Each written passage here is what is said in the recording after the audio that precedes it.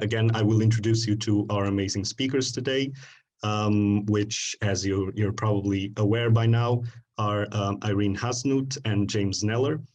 So first of all, thank you very much to you both for being here, for taking some time to talk about your journeys and in general, all of this dynamic that all of us, having been physics students in your case, and in the case of everyone who is currently studying physics, it's really important that we take a look at various journeys. In the case of today, those that you will be talking about, your own journeys. And just for a very brief introduction, Irene Haasnoot has been connected with the National Committee, the Netherlands of IAPS. Irene was part of the Planck's 2015 organizing committee. Irene was the chair, in fact. Irene has a master's in astronomy from the University of Leiden in the Netherlands and is currently a software engineer. James has been connected with the National Committee UK and Ireland of IAPS, was the chair of the organizing committee of Planck's 2020, which happened last December. James was PR manager of IAPS in the executive committee of 2017-2018, has a PhD in physics from the Queen Mary University of London in the United Kingdom, and is currently a laser engineer. So first, before actually proceeding to the questions and the discussion itself, I just want to ask Irene first, and then James, if they want to just give a short hello and introduction to our audience. Irene? Hi, everybody. It's afternoon for me, but I think for some of you, good morning or good night or whatever, what time zone you are in right now. I'm happy to be here. Thank you for inviting me for this talk, everybody from the organization committee. And I hope I can answer some questions of you, whether you are thinking about going to industry or not. Hopefully I can help with these questions. I'll just give it to James. Thanks. Yeah, pretty much the same. Very glad to be here, excited for all the questions. And yeah, happy to ask anything you can think of about a career in science. Thank you very much to you both.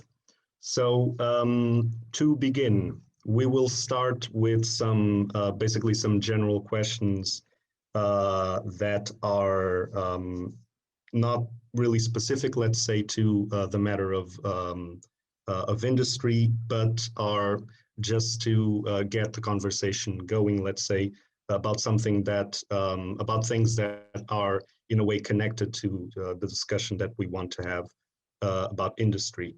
So just to launch the first question, we will begin with what are practical examples of ways we can help the community through our research, given that the nature of physics is more on the theoretical side of things. So I think we can begin with Irene. We dive right in. Let me think about that. I think the best way is to really clearly communicate what we are doing. Not even if it's just theoretical. For me personally, my specialty was astronomy right away, so that's all theoretical. So it's really hard to imagine, but at the same time, it's really just crazy to think about what else is there about physics everywhere. Just the main thing is that I think physics is everywhere, and I think it's really nice to explain to people how that works, and just to see the wonder in their faces as well. Thank you very much, Irene. James?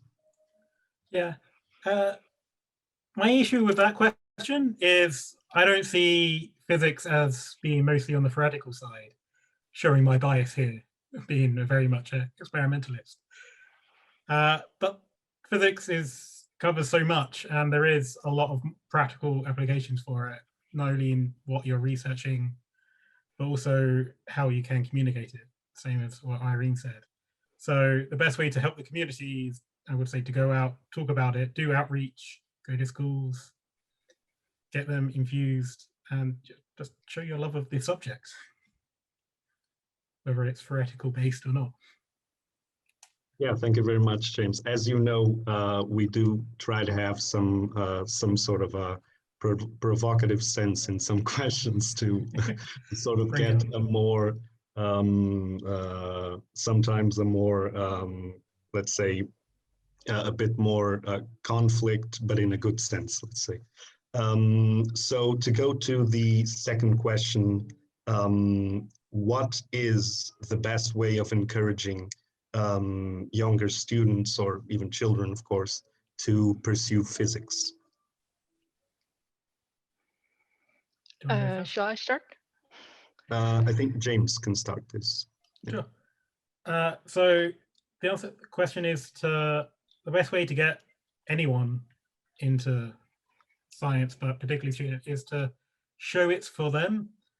There's famous studies that's been done where you go and ask students what is their idea of a scientist, and they come up with the old man in a white coat which they don't identify with, and therefore they think science isn't for me, or go off, be a doctor or do something else. Not that I think medicine isn't a science, but whatever. But so to actually then show it is for them, engage them, it's science is for everyone, physics, anyone can do physics if they put their mind to it. And that's the way you get more people into the subject. Thank you very much, James. Irene? Yeah, I really agree with James. I think personally, I think if anyone is talking about anything with a lot of enthusiasm, I'm enthusiastic as well. So it doesn't matter what the subject is. Maybe I'm not interested in it at all, but just because someone is really passionate about the subject, it's really interesting to listen to them. So I think that's also suspectful for the children, that they just know, okay, this one is really happy with his work, what he's doing. Maybe I like doing that as well. So that's, I think, the greatest example you can be for children. Okay, thank you very much to you both. I think those were really nice messages to sort of launch the conversation. Yeah, as Cyrus is saying in the chat, feel free to turn on your camera if you feel comfortable with it. So now we will, having done this brief introduction, we will go to the matter of your journeys. And of course, we need to begin here with asking both of you, when and how did you actually decide that you wanted to study physics? Irene can begin. For me, it started really late. I wasn't someone that was thinking about when I was little, like I want to be astronomer or I want to be a physicist. It's just when I finished high school, I was thinking about, okay, maybe I want to go to university. What do I want to study? I went through all kind of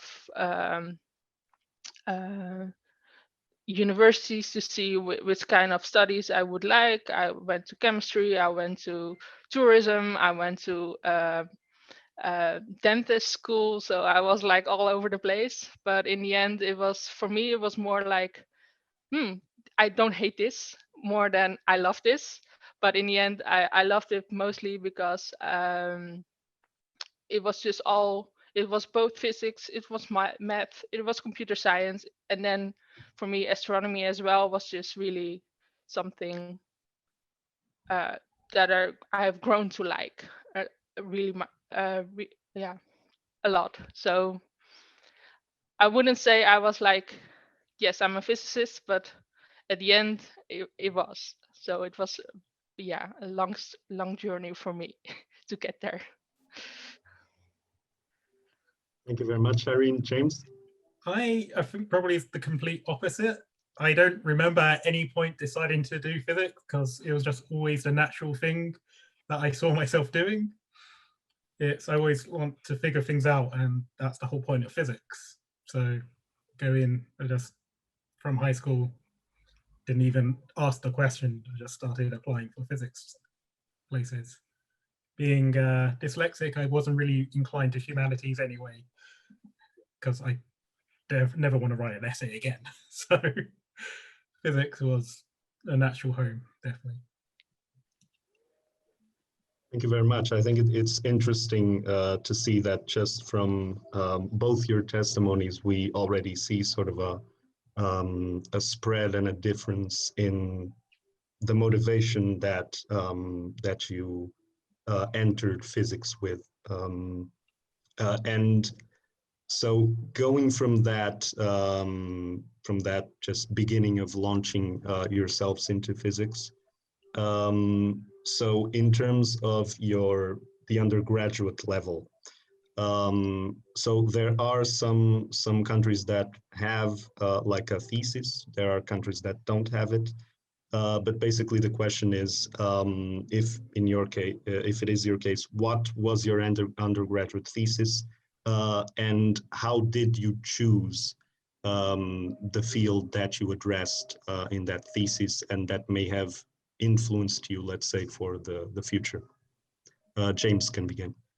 How did I choose my undergraduate topic? So my university published a list of available projects with the relevant supervisors, and I literally chose the one that had the least amount of maths involved. Because at that point, it's like, I know I'm more experimental, that's what I want to do. I need a break from doing equations. Let's go in.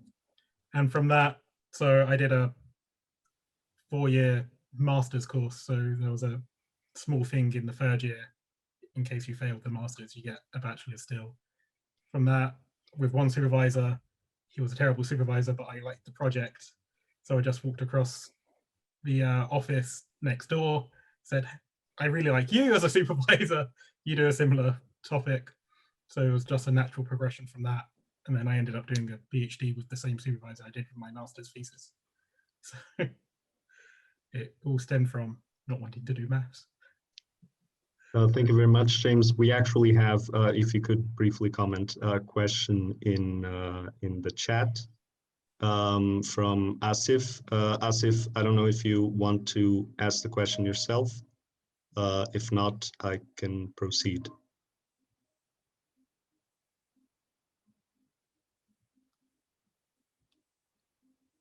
Okay, so I will ask the question. Did being dyslexic influence your inclination towards experimental studies? Good question. And it's very hard to answer. I mean, even doing experimental, you still have to write up your research. You still have to do a thesis because it isn't science unless you can communicate it. So I really don't know the answer to that, unfortunately. But it is possible. Yes. Thank you very much, James, and thank you, Asif, for the question. Irene?